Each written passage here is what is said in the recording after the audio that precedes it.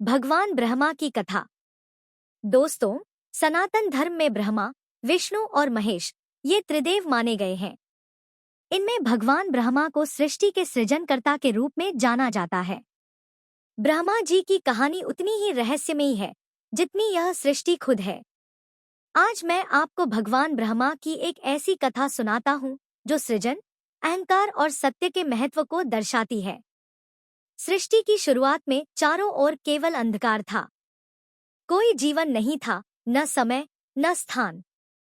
तब भगवान विष्णु क्षीर सागर में योग निद्रा में विश्राम कर रहे थे।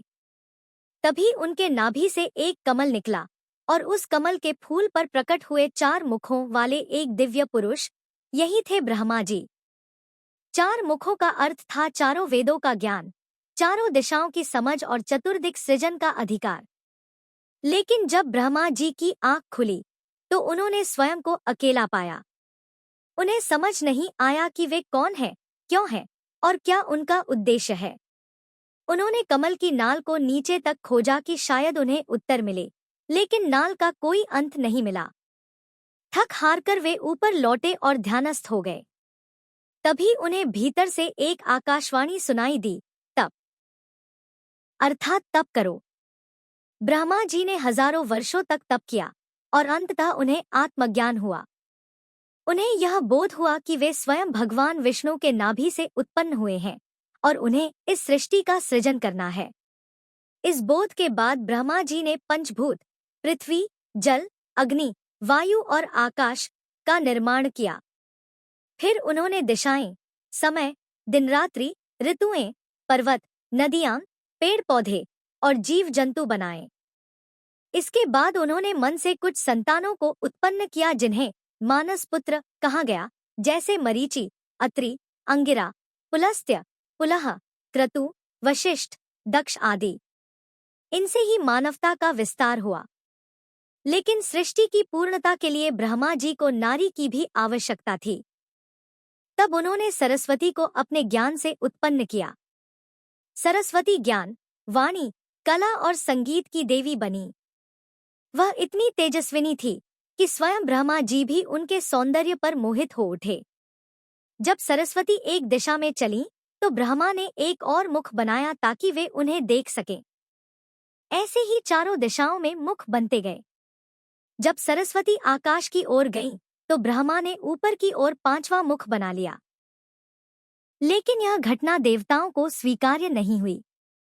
भगवान शिव ने ब्रह्मा के 5वें मुख को अपने क्रोध से नष्ट कर दिया और उन्हें यह ज्ञान कराया कि सृजनकर्ता को वासना नहीं बल्कि विवेक का उदाहरण होना चाहिए। ब्रह्मा जी ने यह सीखा और अपने कर्तव्यों में पुनः लग गए। उन्होंने ऋषियों को ज्ञान दिया, वेदों की रचना की, यज्ञों की परंपरा प्रारंभ की और धर्म, अर्थ, काम, मोक्ष इन 4 पुरुषार्थों को स्थापित किया। फिर उन्होंने ब्रह्मलोक की स्थापना की, जहां से वे सृष्टि के संचालन को देख पाते थे। परंतु एक कथा यह भी है कि ब्रह्मा जी के भीतर धीरे धीरे अहंकार आने लगा। वे स्वयं को सृष्टि का सर्वोच्च मानने लगे।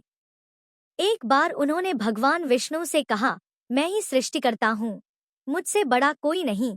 यह सुनकर विष्णु जी मुस्कुराए और बोले, यदि तुम सृष्टिकर्ता हो तो बताओ, मेरा आदि कहाँ है और अंत कहाँ? तभी वहां एक विशाल अग्निशिला प्रकट हुई। ब्रह्मा ऊपर की दिशा में उड़ चले, विष्णु नीचे की ओर। हजारों वर्षों की यात्रा के बाद भी उन्हें उस अग्निशिला का आदि या अंत नहीं मिला। विष्णु जी लौट आए और सच्चाई स्वीकार कर ली, लेकिन ब्रह्मा जी ने झूठ बोला कि उन्होंने उस अग्नि का सिर देखा है। तभी वह अग्निशिला फट गई और भगवान शिव प्रकट हुए। उन्होंने ब्रह्मा को डांटा और कहा, तुमने झूठ कहा है, इसलिए पृथ्वी लोक पर तुम्हारी पूजा नहीं होगी। तभी से विष्णु और शिव की पूजा होती है, लेकिन ब्रह्मा जी के मंदिर दुर्लभ हैं। भारत में केवल कुछ ही स्थानों पर ब्रह्मा जी के मंदिर मिलते हैं, जैसे राजस्थान का पुष्कर मंदिर। लेकिन दोस्तों, इस कथा का सार यही है कि ज्ञान का अहंकार विनाशकारी होता है। ब्रह्मा जी ने अपनी भूल से सीखा और आगे चलकर उन्होंने ज्ञान, कला, विज्ञान, अध्यात्म और संस्कृति की नींव रखी। उनका योगदान केवल सृष्टि तक सीमित नहीं था, बल्कि उन्होंने मनुष्य को यह सिखाया कि आत्मबोध, तप, संयम और सच्चाई ही जीवन की मूल धारा है। तो दोस्तों, भगवान ब्रह्मा की यह कथा केवल एक देवी देवता की कहानी नहीं, बल्कि हमारे भीतर के सृजनात्मक शक्ति की भी प्रतीक है। हर मनुष्य के भीतर ब्रह्मा है, जो सोचता है, बनाता है, रचता है और फिर सीखता है। जब तक हम सत्य और ज्ञान के मार्ग पर हैं, तभी तक हमारी सृष्टि सार्थक है। ब्रह्माय नमः।